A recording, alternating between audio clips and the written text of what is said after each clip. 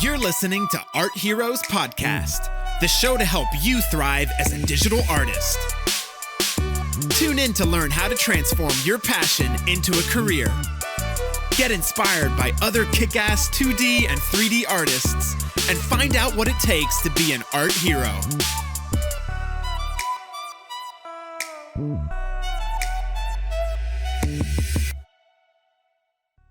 Hello guys, this is Maria JD. I'm your host at Art Heroes Podcast. Thanks so much for being here once again this week. And today, I'm not just meeting one artist, but the whole group. Well, it's actually two of them, and it's two guys from Custom Play. Custom Play is a studio based in Mexico that creates amazing printables for RPGs and tabletops.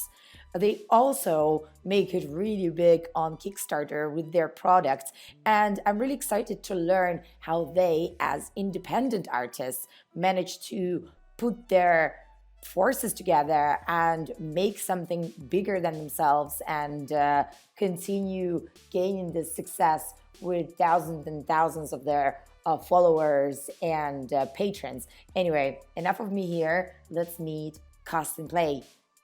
Hi guys. Hey. So I'm like, I'm really confused because now it's a double podcast, so I don't know who's hosting who. Anyway, super nice to meet you guys. Yeah, same. I think that we can go ahead with what you had in mind first, and then at the end we can sure just like a collaboration. Yeah. Yes. Okay. So very unusual edition of this podcast when it's Custom Play meets Art Heroes, I guess. Yeah, exactly. Yeah. Okay, guys. So do you want to go ahead and introduce yourselves first? My name is Alex, and I'm a 3D sculptor at Custom Play. Yeah. Okay. That was really original. Okay. Go ahead, Jos. Now you. Sure. Well, like you said, my name is Jos, and I am like one of the main concept artists at Custom Play. Amazing. So making drones. Amazing. Yeah. So, and now you can go both and introduce Custom Play because, I think it's also pretty amazing that you both are here. So we're going to have a full picture of what Custom Play is. Yeah. So we basically do models for 3D models for home 3D printing for board games, mainly D&D and role-playing games, and there's other kinds of games, but D&D is like the biggest one. And so we create sets of miniatures for people to 3D print at home so that they can play in their homebrew games or in their or for their Warhammer armies to create these massive armies of miniatures, or maybe like for people who paint them. Exactly. So there's a lot of uses for the products that we do, but we specialize in doing 3D models for 3D printing. Cool. So this is really interesting because, I guess I'm not a board game player myself, so I'll never actually understand this. But are you guys into board games? Like, do you play? Oh, yeah. Yeah, for sure. Okay. Like, if you could see the cabinet there. If I can turn the camera and not mess it. Yeah. It seems like a store. Oh my God! Yes. Okay, I see it now. Amazing. So Thanks all of for those the are tour. Yes. Okay, so this is your collection now. This is the studio's collection. Yeah, well, so studio's collection. Here. Yeah. And can you guys quickly maybe give me a little bit of background how you started and how this, let's say, hobby grew into the whole studio working in it? Yeah, so it started back in like mid 2018, and I've been playing obsessed with board games for a good part of 5 years, I guess. Kind of even I think I stopped playing video games to get more into board games. So at some point I got into more complex board games like Warhammer and D&D, which I didn't play as a kid. I started playing like a couple of years ago, and I was very intrigued. But being in Mexico, and at that point we were living in Cancun because of we found like a new startup there that popped up, and they hired us, so we were there. That's where we met. Good. I was working as it was a mobile game startup, and I was working as an environment artist. And I was like a splash artist, like making illustrations for the characters for them to appear in the, like whenever you select a character, you could see like his features and everything. There was a cool illustration. Yeah. Yeah. So some of the studio members there and friends, we started getting more into Warhammer, mostly, and a little bit of D&D. And that's like being in Cancun, like it's still a big city in Mexico, but you don't have like one day Amazon shipping. You don't have like a lot of gaming stores. So getting miniatures, it's first expensive, and second, like there wasn't a lot of places to get them. So in these new technologies in 3D printing were popping up, and they were very interesting to us. So I had like a prototype of a board game that I made several years ago. Not a board game, for a video game that was sort of like in a board. It had miniatures, and a friend had like a 3D printer that he wasn't using, and I'm like, hey, I think I could print like, I already have like 50 models that I made for this prototype. They're not like super complex, they're more like blocked out, and they're posed, so I could print them and we could use them for our D&D game. And he's like, yeah, sure, go ahead.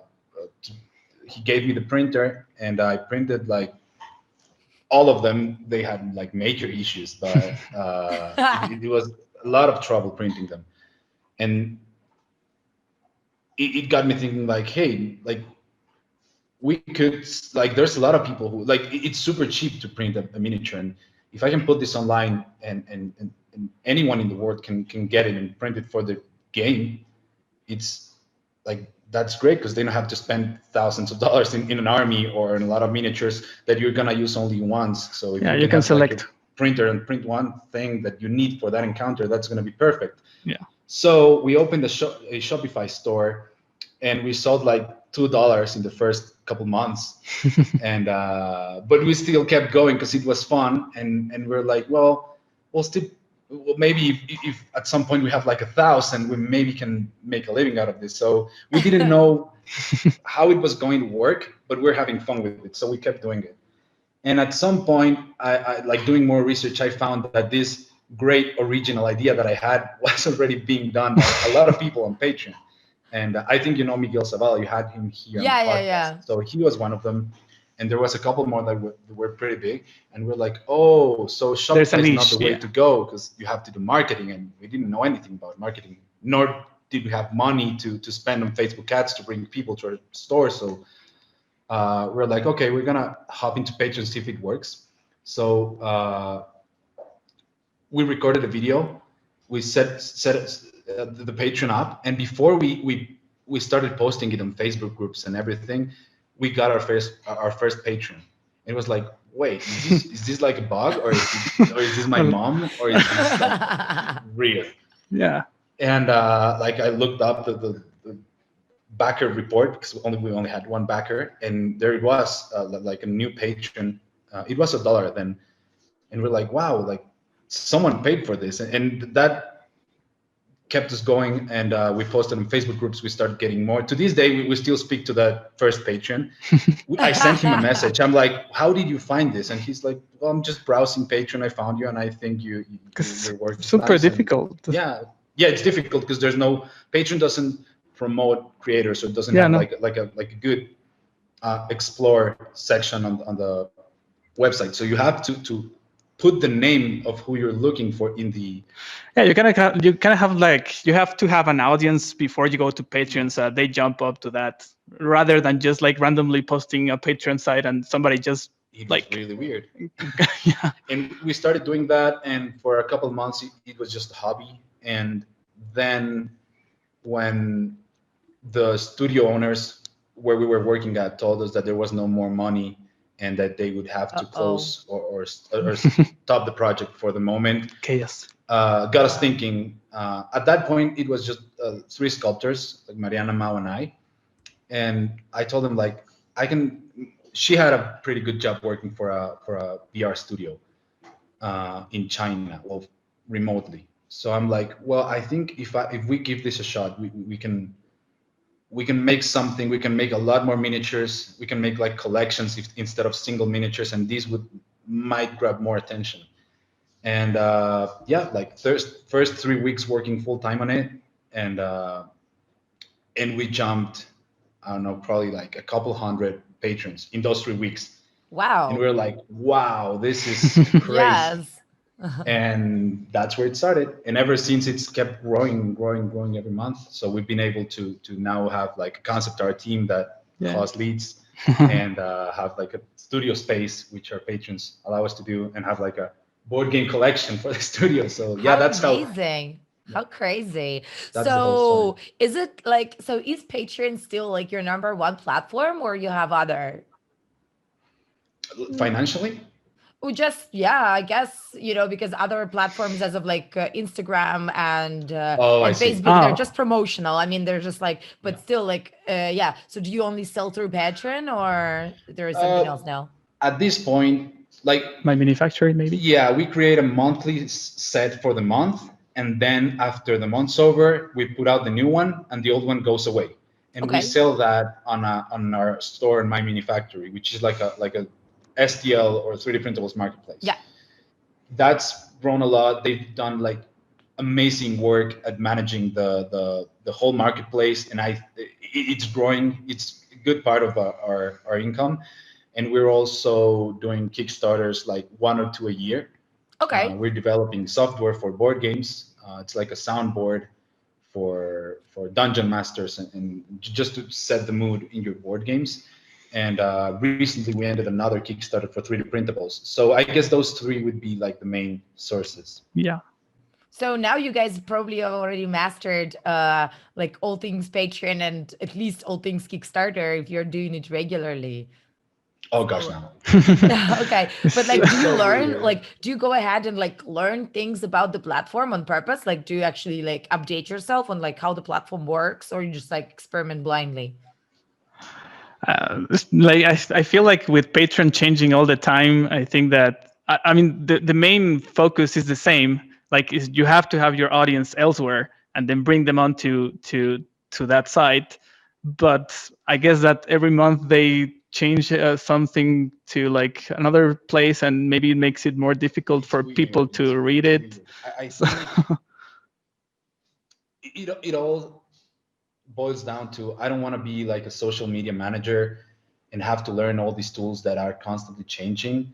And we've been fortunate enough that two industries, like the board gaming and 3D printing industries, like did a like board games are getting more popular. 3D printing like has got new technology that's getting cheaper and cheaper, and both together make for where we're in right now. And I think like we had very good luck, like being in the right place, and we try to bring us, like, we focus a lot on our users. So as long as they're happy and we're bringing value to them, that's what we care about.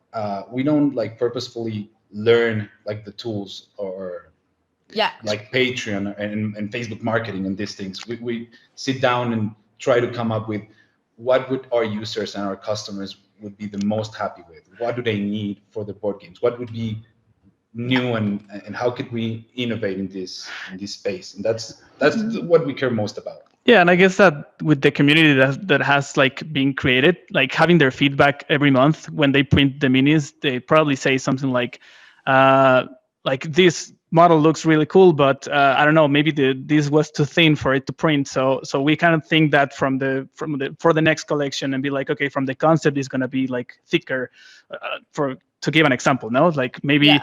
the action pose or whatever, like we used to focus too much in shape of the characters, for example, and they were like, okay, this is really cool, but in a board game where I want this guy to attack, the pose has nothing to do with an attack. It's like so just like posing there like in a photo. So that gives us like more feedback, and that's what we learn more about rather than the The platform. weirdest feedback is for this guy. Like the feedback we Oh got from wow! patrons. Yes, I've seen it on Patreon. Or was it the guy that I could see on the video? There is the Uh, demo Which video. Probably because we do like a trailer video for all our Yeah, new exactly. collections every Trailer month. yeah, video. Yeah. yeah, it's Yeah. that one. See, Okay. the feedback we got from this is like, it's too hard to assemble because it has a lot of spikes. So I hurt myself when I'm gluing it together. Right. So you would never imagine that's gonna be like a A problem niche. when you're modeling it. Yeah. And we've now done like spikes not as Can sharp you because show it you a little sure. more? Just like once again, I just yeah, so all the spikes. Yeah, Yeah. that looks a bit dangerous. Yeah, Yeah, okay. And it's heavy. So it's very I heavy. guess, I guess. Wow, So yeah. how interesting. So, how do you guys come up with collections? I'm really curious about your process and specifically about the part where, like different board games overlap. So, for Mhm. example, if you work with the D&D and mm, other games, how do you combine a collection so that you kind of cater for all the needs and wants? Or you don't really care about catering for everyone, you just do whatever you want? We mm, don't do whatever we want, but we don't care about other games at this point because Okay. we poll our patrons every month. They get to decide which is the new collection coming next month. So we have like a lot of them in the works. We have like a concept for a couple, and then we put them on the poll, and whatever they decide, we go finish that month, and then we put it out next month. yeah. And in terms of like the overlapping board games, at first, like I would say for the first year, we were trying for our collections to cater to D&D players and Warhammer players, which are like I think the two biggest Yeah. audiences we have. But then we polled them, and like 80 to 85% of our subscribers are playing mostly D&D. So we made the Okay. decision to focus on D&D. And in these 2 years, there's been a huge amount of creators come up doing STLs and 3D printables for different games. So at this point, if you want to find someone who specifically does miniatures for Blood Bowl, which is a board game, which is like fantasy American football with Yeah. orcs and elves. So there's patrons who do that. And if you're looking for Warhammer miniatures for your armies, you'll find someone who does that. So we decided to do like D&D because that's what our customers wanted more. Yeah, and I think that another factor that kind of like makes us decide which collections to put in a poll is like whenever like D&D Beyond or something releases like a new book or something like that, we kind of want to get ahead of that and create something that people can use for those new books and new content that comes Yeah. from official That's the creators. other thing about D&D. Like Wizards of the Coast has taken like a very open uh, minded posture about it, and like people creating homebrew things for D&D. So it's pretty easy to come up with. Of course, you cannot use like the trademarks, but as long as you're careful with that, you can put up like pretty much anything. They are happy to have people homebrew their own settings and their own campaigns because ultimately brings more people to the game. Whereas in other games, like I think you can get in trouble for making like games workshops like Space Marines. If you just build Yeah. something very similar, it might get taken down. So it's also another thing we don't want to worry too much about. So D&D is safer for us. Yeah. So what's the process then? Like how long does it take you guys to come up with a collection, and what are the stages within, let's say, like a small studio like you guys, Mhm. meaning that you're not one person, but you already work together. So there is like some Right. collaboration going on about like this process. So yeah. So how does it happen, and how many people, and how long does it take? I think that workflow is also like has been evolving with time because I remember that when I first entered at Cast and Play, like we were working like kind of like rushed into to like finish the collection. So like the concept had to be like ready really quickly. And now that we are like getting a little bit ahead, there's like more time for us to work on the concept to have like better concepts and stuff. So I think that right now, I would say that it's like maybe 3 days, like exploring for a specific character, Well, maybe. before that, after patrons have chosen the theme, we take like I would say like let's say like a full day of work, like 8 hours of Hmm. figuring out Which which models will units? get made. So we're gonna make two heroes, an enemy, a couple of minions, terrain, tiles. We have like a little system where we kind of know how much content we put out every month, Okay. but it all depends. If we're making like a heroes collection, well, there's not gonna be enemies there. But if we're making like a Dungeon. like the Greek one. Yeah. So instead of making a lot of heroes, we made like a lot of enemies, like Greek themed. So we had like that little system. We come up with all the ideas that we want to make. So let's say we want to make like a human, we want to make like a wizard, we want to make a bear. I don't know. We want to make trees, we want to make grass tiles. And once we have that, then we pass it on to them. And yeah, I think 3 to 5 days per concept, depending on the character. Is like bosses take more because Yeah. So I think it's like 2 days for like props and tiles, and there's 3 days for like normal characters, and there's 4 days for a boss. And we create like in the concept art like group, we create like a mood board, and we talk about the feedback from past collections to improve the next ones, and then we start like iterating and working, and we kind of like gather on Discord and give ourselves like yeah, so that everyone is in the same page. So we kind of like talk about the collection first, and then we start creating after we finish the concept, which is like all the angles that need to be seen for a modeler to create it. We pass it on to 3D, and then that's your.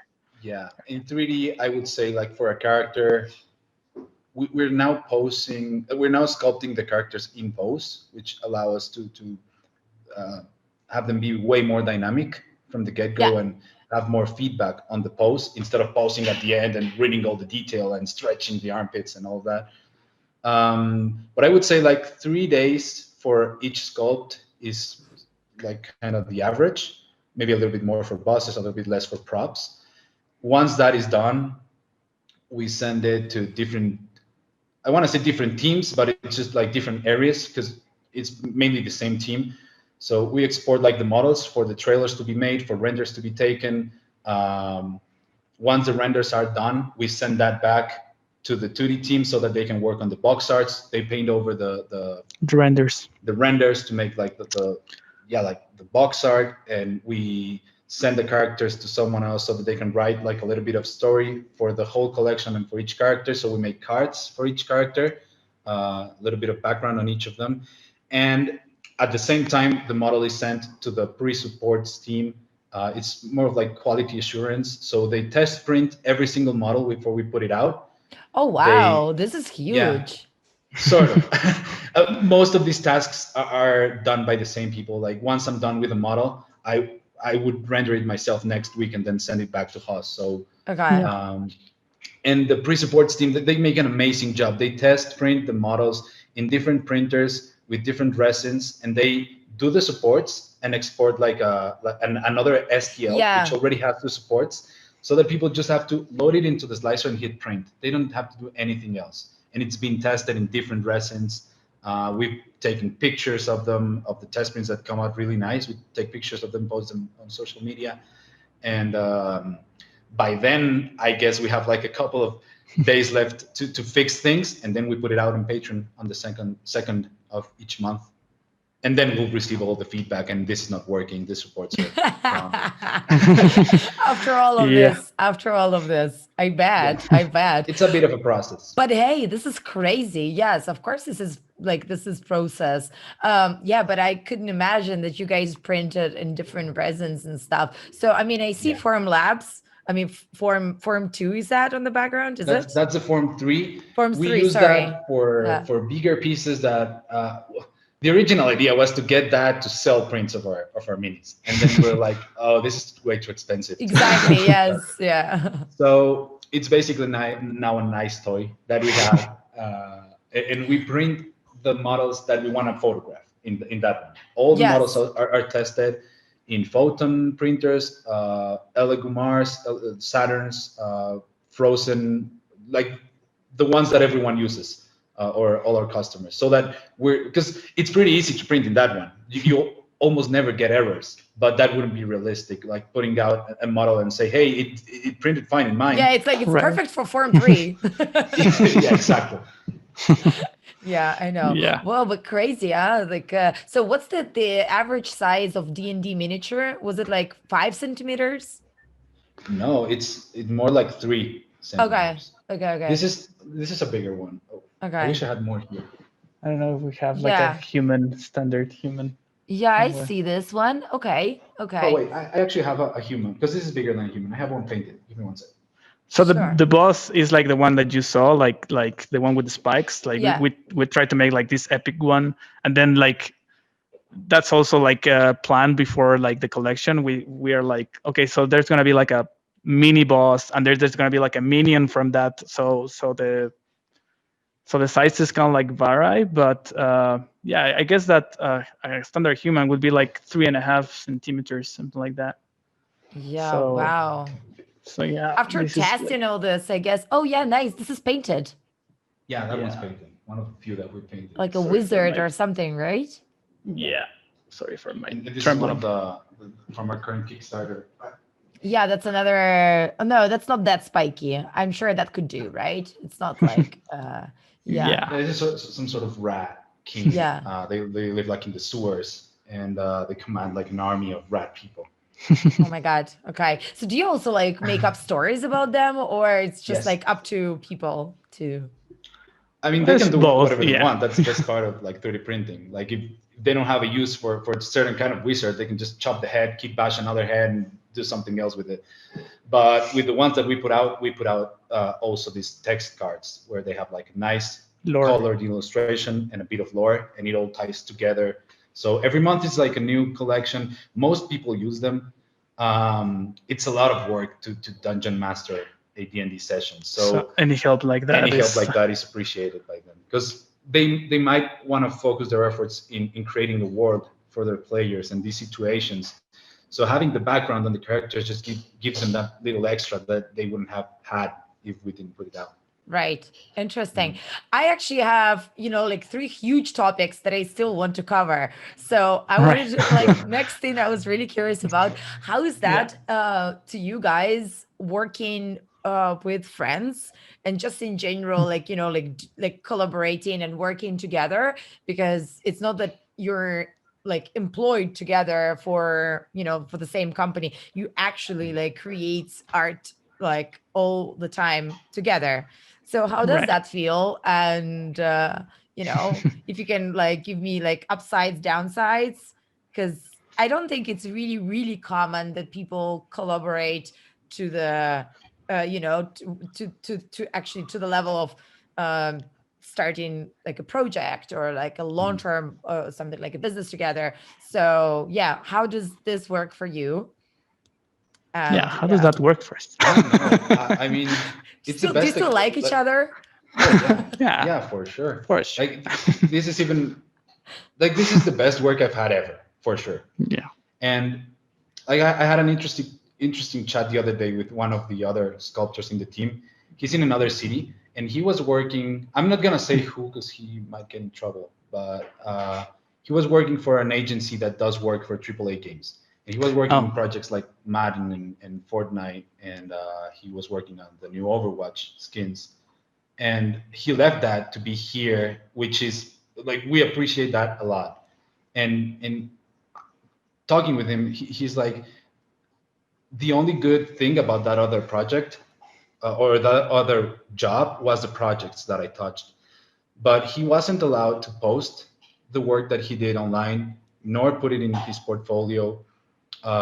Crunch time was crazy. Like he worked a lot of overtime without like proper compensation. Pay wasn't good at all.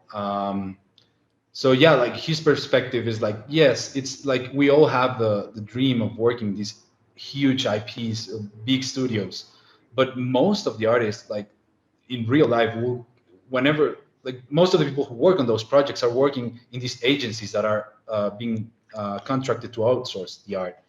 So he's like, I value what I do here because my opinion does count. I can propose things and come up with ideas that will impact the final product and well, what we will users use, which is like thousands of people are printing these miniatures at home. So having like being able to come up with an idea, put it into the sculpt.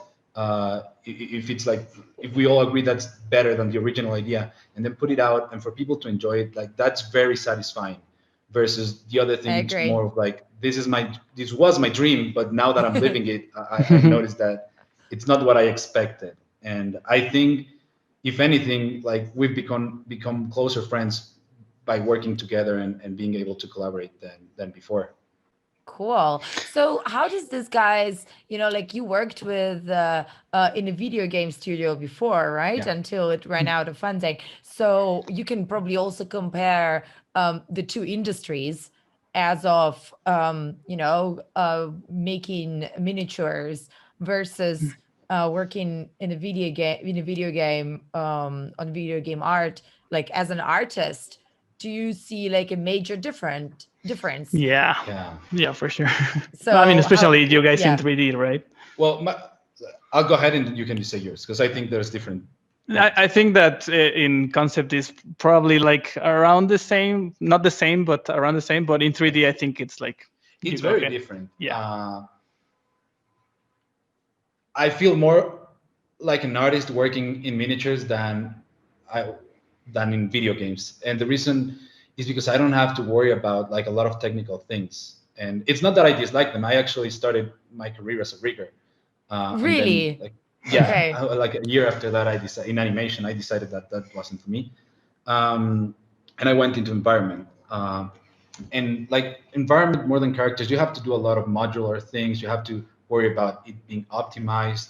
You have to worry about like yeah things that in here they don't Topology, matter. Like we do UVs. reuse some of the assets to make it faster, but like really getting into posing a character and telling a story with the pose and the design of the character, that instead of a T-posed one, that's the main difference. And I feel more of a sculptor now than I did before. And I also learned that I didn't know anything about posing until I started doing miniatures.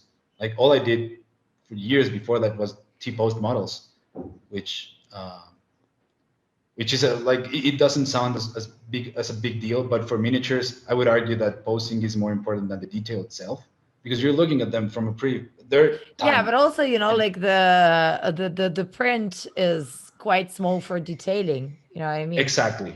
Yeah. So pose is everything. And once you notice that you know nothing about posing, at some point we were considering bringing an animator to teach us how to really pose characters. We didn't end up doing that because we didn't have enough money to do it. But that would have been amazing. Like have like an animator just focusing on having the best poses. That would be awesome. So for now, all we can do is like just act ourselves and just start posing randomly here in this couch and stuff from time to time. Yeah.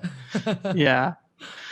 Yes, Wow. and I feel like the one thing that I could say that is like that I really kind of like how do you say this relate from mobile games to Yeah. this in terms of like character design. Yeah. And it's not that I was a character design in the other studio, but something that was on and on said and said again and again on the other studio is like, is for a mobile game, you're gonna see the like the character this big, just like being running there. So focus on big features for this character. Focus on big features that you can read on from really far away. So when jumping from that to this, I was like, oh, it's kind of like the same thing. So yeah, in concept you kind of like have to think about that, because sometimes you start to be like, okay, I'm gonna focus in these really small details that this character might have, and it's like, no, that's not like the important thing. You have to make like fewer and bigger features for these characters. And yeah, I think that relates to mobile gaming, I guess. Yeah. Yeah, I guess so. I mean, like that to me, that makes total sense because in the end of the day, you want a memorable character, like that actually has personality. So there is the similar way of transmitting that personality Yeah, through like posing features and whatever gets noticed. So like yeah, but exactly, from I really. guess like mobile games, like actual like like high res more of characters for different games. There are of course like different follow Yeah, different rules. So Yeah, for for yeah. sure. sure. Wow, that's the whole story. And so the next thing I was curious about is what do you guys see as next step for custom play growth? So where do you think this could like develop to, and like how this could grow like as a project? So just like adding more platforms, adding more games. Yeah, Yeah, just we've been discussing a lot of things because we get excited about a lot of them, but we don't have to do them all. So one of the we obviously got into software for board games. So making tools for board games, that's it's not what we're not planning anything new right now, but that's always something that we're interested in. Like tools for dungeon masters to organize all the information they have for the games, or a way like we were thinking at some point about an app that connects players with dungeon masters and they all have access to the information in their devices. Something like that could be explored. Right now, we worked for a year and a half on the Kickstarter that we just finished, which is oh wait, I'll The show you one right house. now. It's like a full kingdom. They're houses, and they wow. have playable interior, so you can open them and play inside. So we're kind of trying to get that finished before we jump into something new.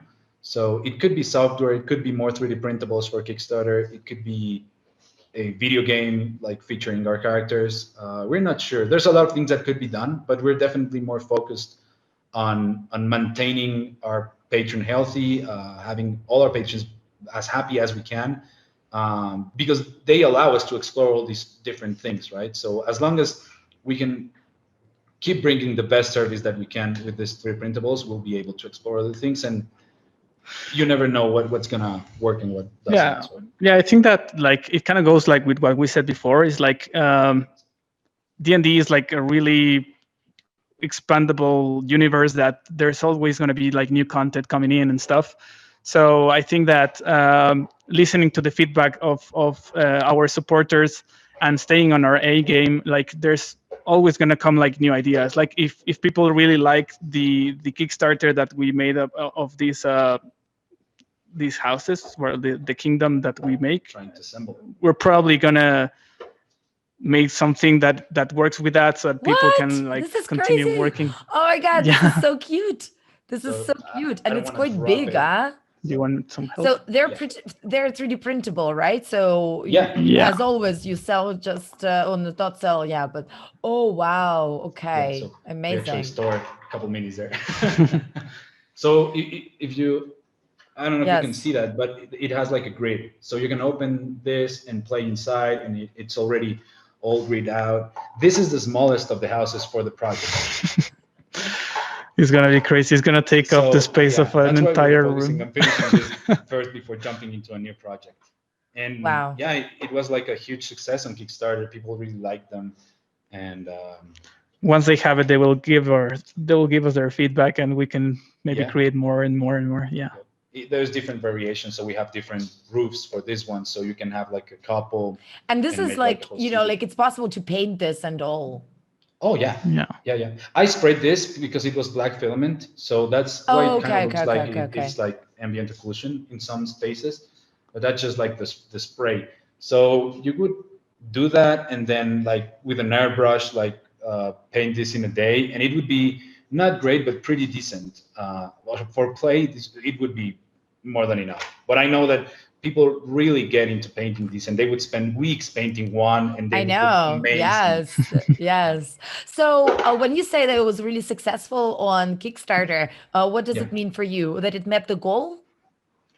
Yeah, we've been working so long in this project that we had a lot of the work done when we went into the project, because we wanted to show the final thing. We just weren't sure about how we would distribute it. Would we put it out for FDM printers, which are bigger plastic ones, or smaller resin printers? So one of the stretch goals was, if we meet this goal, we're gonna cut everything so that it fits really small resin printers, and we did meet that. So now everything, like this is cut like in 8 sections for people to assemble, and they Oh my can God. get really good quality out of these printers, like smaller photon printers that are really inexpensive. Like for $160, you can get one of them, and comes with resin.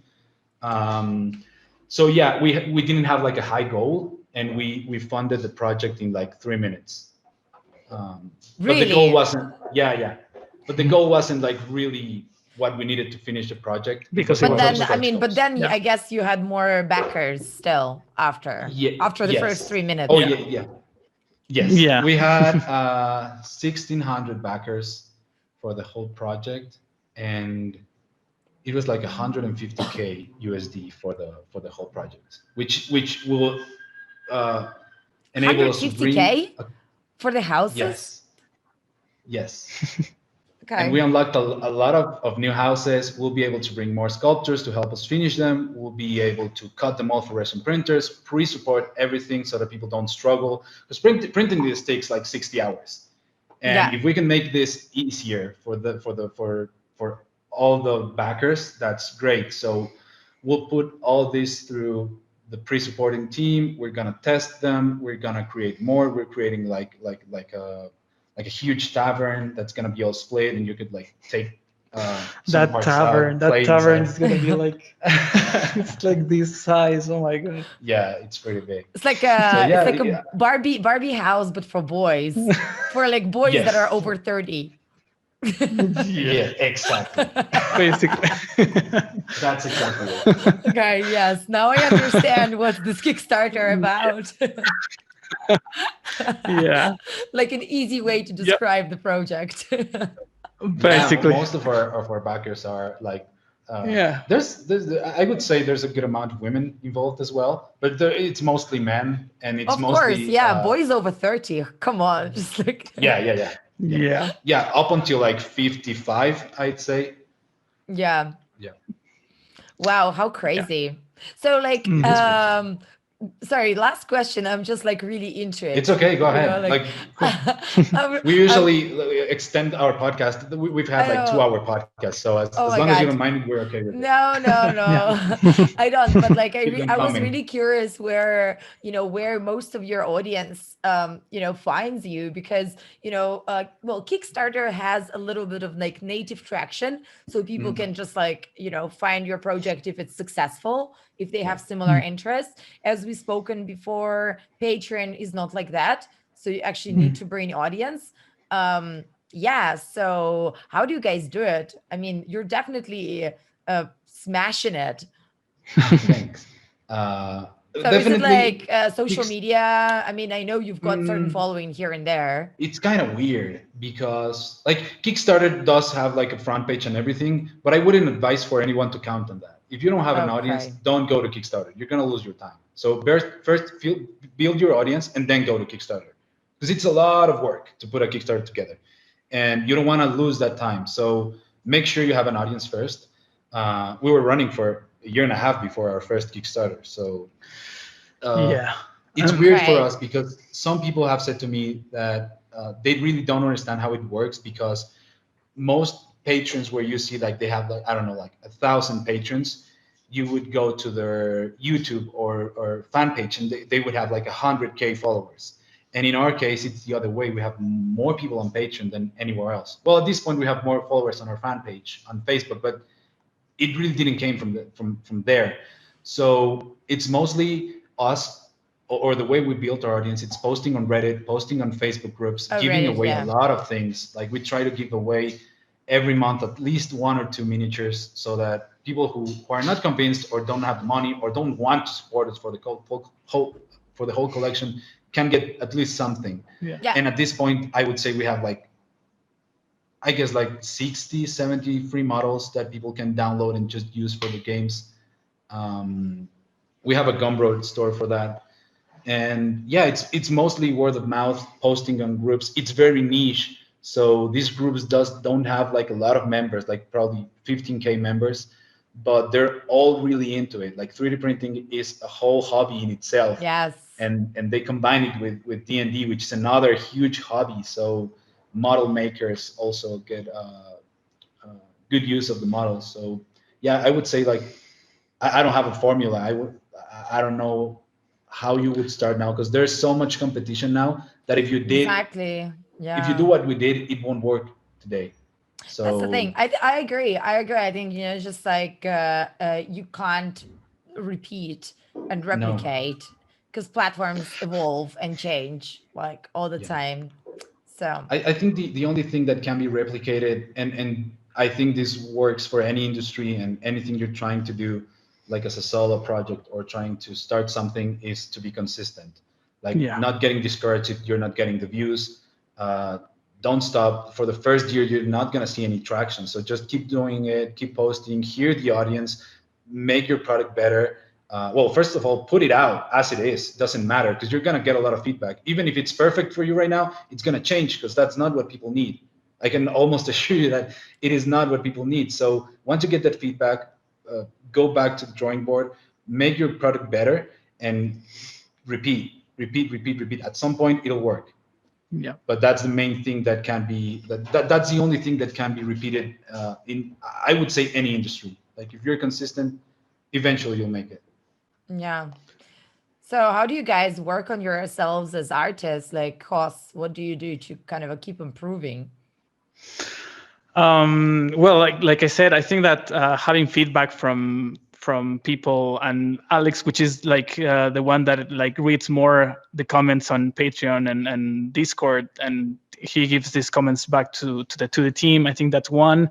Then another one is like we've kind of like made a workflow of like having like really huge mood boards, because some of these issues that people might have on their designs, they're most likely being solved by other people. So going into ArtStation or Pinterest and like browsing for a specific kind of like art, you'll find something that is like, it's going to be like, okay, that's how it actually can work. Like, they've solved it this way, so now I can implement that into my own kind of like ideas and make it better. So yeah, it's like that. Like Alex said, like just going being consistent and all the time, like kind of like going through the other people's work and just implementing new stuff into your own. I think that's like that's the way to go. And I like having a different collection every month. I think that's like really useful, because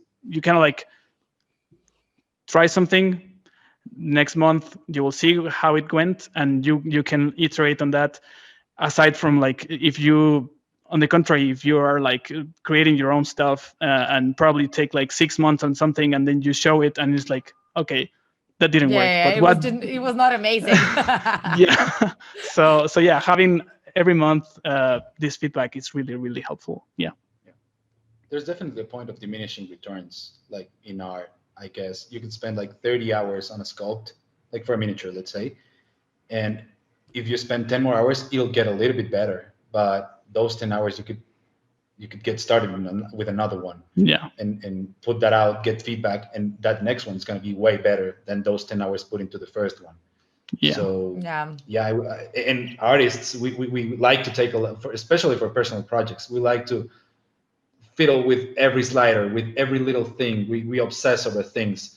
And I think like most of the audience won't notice those changes. If it's a little bit more blue, a little bit more green, it might be very important to you, but most of the time that's not gonna be what makes it work or not, or that's not what makes your image or your render viral, right? It's you have Yeah. to sometimes take a step back and see the whole picture, and make sure you're using your time wisely. Yeah, I think that's only achieved by like releasing new stuff every time. Then you can focus on the important things later. You can be like, okay, if I had spent 2 days more in this concept for the face of this character, I wouldn't probably have seen that this was too thin. So in the end, for the user, it's going to be the same. Like, it doesn't matter if it has like the perfect hair or the perfect expression. This doesn't work. So Also, when you have an army of people waiting for the deadline, yeah, Yeah, they're gonna I be know, mad if it's yes. late. Well, you have to finish on time. yeah, Yeah. true.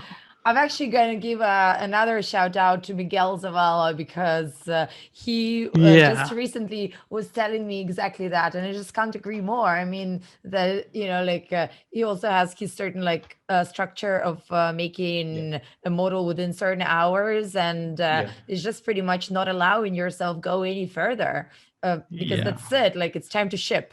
It's time to yeah, ship. So yeah, Exactly. yeah, exactly. of course, and like, I guess for you the pressure is real. Like, you've got the release date, and that's it. Like, for the release date, everything has to be, yeah, up, It has to be done. tested, basically. Yeah, ideally. at some point we made the decision that we were going to invest in having a little bit of a bigger team, which is what we have right now, so that we could take some of that pressure off of ourselves, because you don't get to rest. It's month after month after month after month, Yeah. and it's always deadlines in tight ones. So we decided to have like another sculptor, another concept artist, so that we can take a bit more time to think everything really well, and not having to work 15-hour days every day, all of us. So it's been a couple months like that where we've been more relaxed, and I think the work in itself uh, shows. You can see like there's really a big jump in quality in the past months because of that. So we're able to think more everything. Wow, that is cool. Well, no, of course. I think it's just like a little bit of extra headspace Yeah, makes a difference, and it's really hard to manage actually when you, I guess, work for yourself as an artist. So in this Mm. case, you just work directly for your clients or like for your yeah, patrons. yeah. No, So and it's yeah. difficult to make the decision of uh, bringing someone in. It's always like a huge risk, because you don't Yes. know if next month everyone will hate the collection and they will drop their subscription, and it could happen. And Luckily, it hasn't happened. it hasn't happened yet, but uh, even if it did happen, I think we've managed to do it in a way that could allow us to work something out. So, but it's not to say that there goes a lot of thought and planning behind every one of these decisions. So, and it all boils down to people saying, "Oh, I like this better. Did you change something?" Mm. And Yes. Okay. there's a lot of things that came before that just to make that miniature better. Yeah, true. No, and I think that having these extra hands and this amazing team that we have, I think that has brought a lot of like fresh eyes also to the projects, because after designing, I don't know, hundreds of miniatures, you kind of like stuck in am I doing this pose again? Like is this the same pose that I did for the three characters that I made before? So having these new eyes is like, okay, actually we can try these new poses that this other concept artist is proposing and stuff. So that has really helped as well, I think. Yeah. Yeah. Wow. Amazing. So, guys, I wanted to suggest, like, I've got like a little tradition at Art Heroes podcast. We always do 10 quick questions. Sure. And it's like almost like a questionnaire. So I'll put you both through the questions. And since it's a joint podcast, if you want, I can join you too. So Okay. we can all three of us answer the same question Sure. uh, Yeah.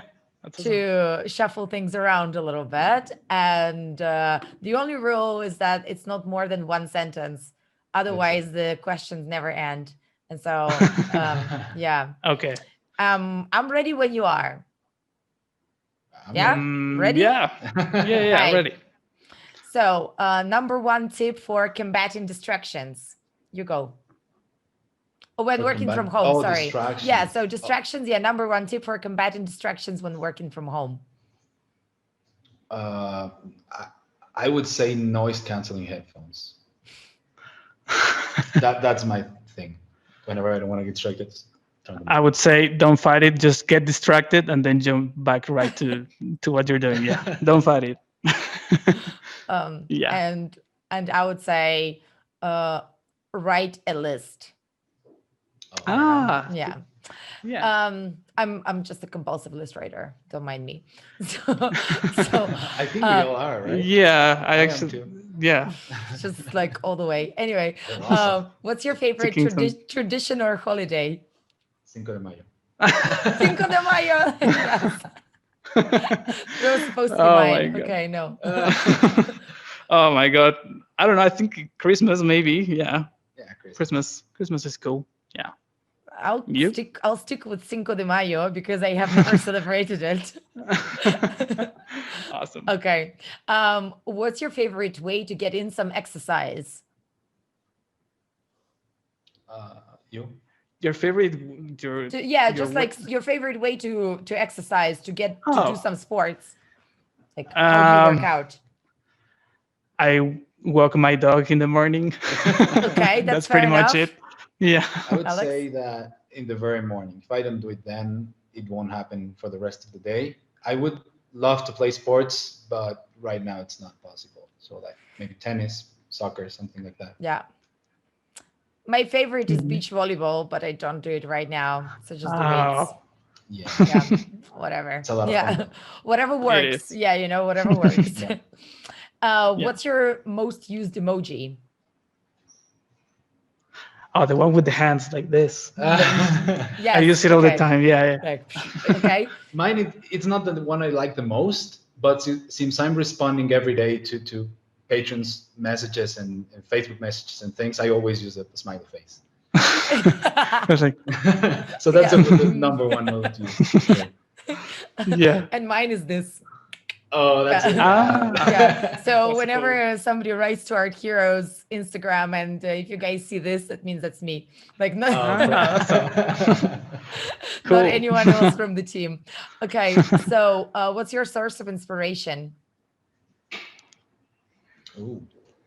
I would say other artists. Yeah, Like for sure. whenever I feel like I'm not inspired, I would go to ArtStation, spend an hour there, and that'll do the trick for me. Yeah, same. I think that and a good playlist on the background. That's pretty much it. Like Pinterest, ArtStation, and a good playlist on Spotify. Yeah. Yeah, Thank you. I would agree actually with the playlist Mm. and a good view from the window. If you can change the Mm. view Mm. a little bit. Yeah. I've Yeah. realized that changing the view really changes the way you think sometimes. Hmm. Like, But how do you change the view? just go to a different window. Oh, but are you like moving your desk? Actually, Or yeah. just- Well, yes, I don't have like huge setup, but yes, I actually take my Oh, I see. equipment. Actually, take my equipment and move the desk. Yes, that's actually what I do. I know. That's Yes. No, but it's actually very helpful. And I think that you and me are like probably the same in terms like we like to change stuff around Oh yeah, all yeah. the time. Even as a kid, I would change my bedroom every 2 weeks. Yeah, yeah. Exactly. That's what I Yeah. mean. Yeah, yeah. Like you just like you look at the different wall. It's also white, but it's just like a Yeah. different wall. Exactly. The problem right now is that when I decide to do that, it's usually at nights. And then I look back and I'm like, if I want to change mine, I have to change like 4 others people's computers. I better go to bed. And then Yeah. I don't do it. Yep. Yes, yes. Okay. So, what's the best piece of advice you've ever been given? Huh. I think for me, it was not meant to be like a lifetime tip or something from my trainer. I used to practice archery when I was like young, I guess. And I remember that I went to this really, sorry, it was just one sentence. So it was like bad, you would translate it something like bad arrow that you shot, like just forget about it. Otherwise, the rest of your arrows are gonna be like messed up as well. So this kind of like lesson like stick in my head for so much that I think that it applies for everything, because I tend to like overthink sometimes and kind of like punish myself whenever I kind of like mess up. And I think that tip has been really, really useful. Yeah. How That cool. I would was- say I didn't get this one from someone in person. Like I've just seen so many people talk about it, like other creators online in podcasts or videos or in general. And I already said it. Like consistency is the way to creating something. And I always repeat. I didn't come up with that. I just heard it somewhere. I heard it in a Yeah. lot of places, and But that's so true. repeated Yeah. it. Yeah, that's Yeah. something that I repeat to myself every day. I think you heard that on the movie from the founder of McDonald's. Probably. Yeah. Yeah. Persistence. Yeah. I follow a lot of YouTubers that like talk about like entrepreneurship and things Yeah. like this, and they all say the same thing. So Yeah. that's stuck in my head. Yeah. What about, And what about mine you? is actually very similar to yours, Haas. And it's like nobody cares, meaning that whatever you actually put out there, I mean, it's going to Yeah. be alive for that short. And then in the end of the day, you're like, oh my God, my reputation is going to be ruined if I put up this shit artwork. But like, actually, nobody cares. Like, Yeah, true. That is true. unless it's consistently shitty artworks. Yes. I It's gonna live guess. for 20 minutes and then it's gone. Yeah, I Yeah. know. Yeah. So how do you guys celebrate little victories?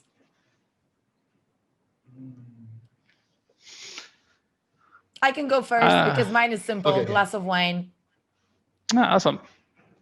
or bake a cake. We can bake a cake to celebrate a victory. Oh, I wish I could Yeah. bake. Depends on the victory, you know. Yeah. I would love to be able to know how to bake. I get obsessed over baking shows on Netflix. I Okay, watch yes. them all. I don't know. I think I just order. I have like I'm a fan of burgers. I just like burgers so much. So whenever I have like a success, I like to just order a burger and just enjoy it with maybe a beer or something and good company. Yeah. Amazing. I love that. Yeah. I would say just getting good cup of coffee, like taking the time to think about it, get the coffee and just Self pat Yeah. in the back. Yes, yeah. Well, that's, super necessary. So number 8, if you could see one movie again for the first time, which movie would you watch? Oh, this is a difficult one. Oh, just give me one movie. I guess Inception. It kind of Oh like. my God, I had it in my yeah. head. I knew that somebody you would did? say it now. No, I like not for me because I'm the only person that haven't seen it. So Oh, really? What? Yes, You have to see exactly. it for the first time. Yeah. I know. You have that but chance. Everybody says Inception. Just okay. I Yep. would say something epic, like some of those movies that I've seen 20 times. Yeah. The Hobbit, I don't know, something like that. Yeah. Harry Potter. Harry Potter. Just an awesome experience as a kid to see those. Yeah. Great. I would see I Origins from the recent ones. I don't know if you guys have seen it. I Origins. Yeah. It's Google that. I think it's not like super popular. Yeah, like I as I Origins. It's The one with the eye. yeah, exactly. So just unpredicted. And if you could choose 2 famous people to have dinner with, who would they be? 2 famous people? Or I mean, you can go. I don't know why, because probably I'm guessing that he has nothing to do like with the acting he does in Doctor House, but I would say that Hugh Laurie. I think that he's a really interesting guy to talk to. So yeah, that would be mine. I was thinking more about like the art and the video games industry. I was thinking about Ralph Grassetti. Oh yes. Like, someone like that. Well, that can come true. I'm guessing that you could actually We do can that. hopefully have him on the podcast one day. Yeah. Okay. Yes. I would probably go just like with 2 random DJs. I don't know. I mean, I guess dead people are allowed, so I'd pick up I don't know, Avicii and David Guetta just to see if they actually can talk as normal. Oh, nice. Just a social experiment, like I know already that artists can talk really well, so that's fine. And the final one, what's your backup career? Like as if yeah, like if you're not an artist, what would you do? I think that I've been a generalist all my life, so I'll probably just jump to another artistic one, I guess. Like artistic, like a joint career. Yeah, I guess so. I would and love you, to be Alex? software engineer. Yeah. Oral. Really? Okay. Yeah. You? I would work for an NGO for sure.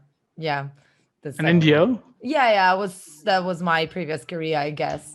So just like the UN and things like that. Oh, really? That's really cool. Yeah. So not like definitely leave the digital art world for a backup. Right. Yeah. So that was the last one. That was the question number 10. I think we did an amazing job, guys, cruising through this podcast. Cool. Yeah. Well, thank you so much for thanks to you guys. Super nice meeting you. I mean, like, yeah, I love that. This is just like, I guess it's my first experience of joint podcast. Same. It is ours as well. Yeah. But same. I'm pretty sure there's gonna be a lot of new podcasts coming out Sure. as we find the need to connect with people. Like I've already seen a lot of them pop up, like ours. Yeah. You got So cars, yeah. pretty sure you're gonna get another one soon. That's Yeah. fine. Yeah, no, for sure. Anyways, guys, super nice meeting you, and yeah, I guess we'll chat later as well. Sure. Thanks so For much. sure. Thanks so much. Thank Bye. you. Okay, Thanks. Take care. cheers. Have a See good ya. weekend. Bye. Bye. Wait, don't go just yet. I've got a really important announcement, because if you listen to the episode all the way until the end, you might want to know that you can also join a student meetup with Alex and Haas. We're going to host it on 18th of December this year at 5 p.m. UK time. And when you register on the link in the show notes, just like look below right here, you can get a private invitation, and we're just going to all hang out, go through your questions, and meet each other in a more private environment. Anyway, join the meetup. Link is just right here below. And thanks again for listening. Cheers. Thanks for listening to Art Heroes Podcast. Check out www.artheroes.co for show notes, more interviews, and free tools made for you by our team of mentors. Tune in next week for more inspiration, and keep up the great work, hero.